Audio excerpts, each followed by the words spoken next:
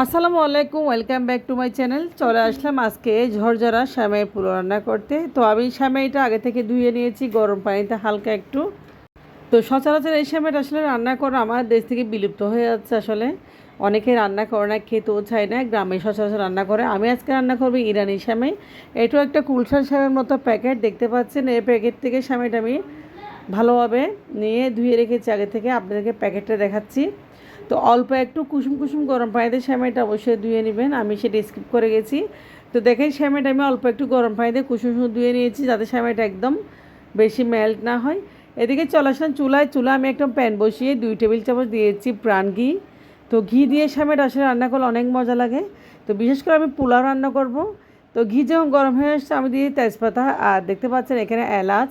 তো তেজপাতা এলাচ ভালোভাবে ঘিয়ের সাথে ভেজে নেব।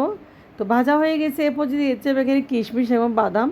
তো কিশমিশ এবং বাদাম ভালোভাবে ঘিয়ের সাথে ভেজে নেব। দেখতে পাচ্ছেন ভালো একটা যাতে ঘ্রাণ আসে সেমাইতে। তো এই সেমাইটা সচরাচর আসলে অনেক কম রান্না করা হয়। তো দেখেন আমি দিয়েছি এখন বাদাম ঘিয়ের উপর সেমাইটা। তো সেমাইটা আমি পানি জড়িয়ে নিয়েছি। তো এরপর যে সেমাইটা আমি ভালোভাবে নেড়েছি, একটু মিশিয়ে নিচ্ছি সব কিছু। এখন দিয়ে দেবো সেমাইতে আমি চিনি। তো চিনিটা আপনারা কম বেশি, যারা বেশি খাবেন বেশি দেবেন, যারা কম খাবেন কম দিবেন। তবে পোলাও সেমাইতে চিনি একটু দিলে ভালো, খেতেও মজা লাগে। আর দিয়েছি আমি এখানে দেখতে পাচ্ছেন গরুর দুধ পাউডার, গুঁড়ো দুধ পাউডার 2 টেবিল চামচ। তো এটি স্কিপ করতে পারেন, আমি আসলে দিয়েছি আমার থেকে ভালো লাগে, অনেক মজা লাগে। তো সেমাইটা ভালোভাবে এখন আমি একটু দেখতে পাচ্ছেন নেড়ে চেড়ে দিচ্ছি। আর এই সেমাইটা আমি ভালো নেড়ে দিচ্ছি। এখন দিয়েছি নারকেল কুড়ানো। তো নারকেল কুড়ানো দিয়ে দিচ্ছি এখন। দেখেন খুব মজা, আসলে আমার থেকে খুব বেশি ভালো লাগে এই সেমাইটা।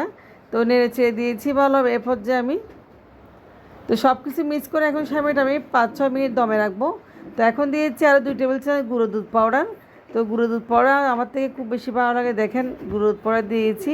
তো গুঁড়ো দুধ পাউডার দিয়ে ভালোভাবে নেড়ে চেড়ে সেমাইটা 5 মিনিটের জন্য দমে রাখবো। তো গুঁড়ো দুধ পাউডার আমি মিক্স করে নিয়েছি খুব সুন্দর করে। তো মিক্স করা হয়ে গেছে, ভালো একটা গ্রান চলে আসছে। সেমাইটা অলরেডি হয়ে গেছে, প্রায় অনেকটা হয়ে গেছে। আমি এখন 5 মিনিটের জন্য দমে রাখবো। তো 5 মিনিট পরে পরে আমি ফিরে চলে আসলাম। দেখেন সেমাইটার কী অবস্থা, অনেক সুন্দর একটা কালার এসেছে আর দেখতেও খুব সুন্দর লাগতেছে। দমে রাখার পর সেমাইটা একদম অন্যরকম হয়ে গেছে।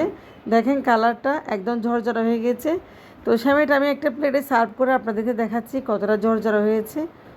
দেখেন অনেকে সেমাই রান্না করতে গিয়ে সেমাইটা একদম আসলে মেল্ট করে ফেলে বেশি, তো একদম দলা পেকে যায়।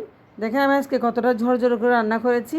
তো রেসিপিটা ভালো লাগলে আমার চ্যানেলটা অবশ্যই সাবস্ক্রাইব করে পাশে থাকবেন। তো আপনারা অবশ্যই আমার জন্য দোয়া করবেন যেন নিত্য নতুন রেসিপি আপনার জন্য নিয়ে আসতে পারি।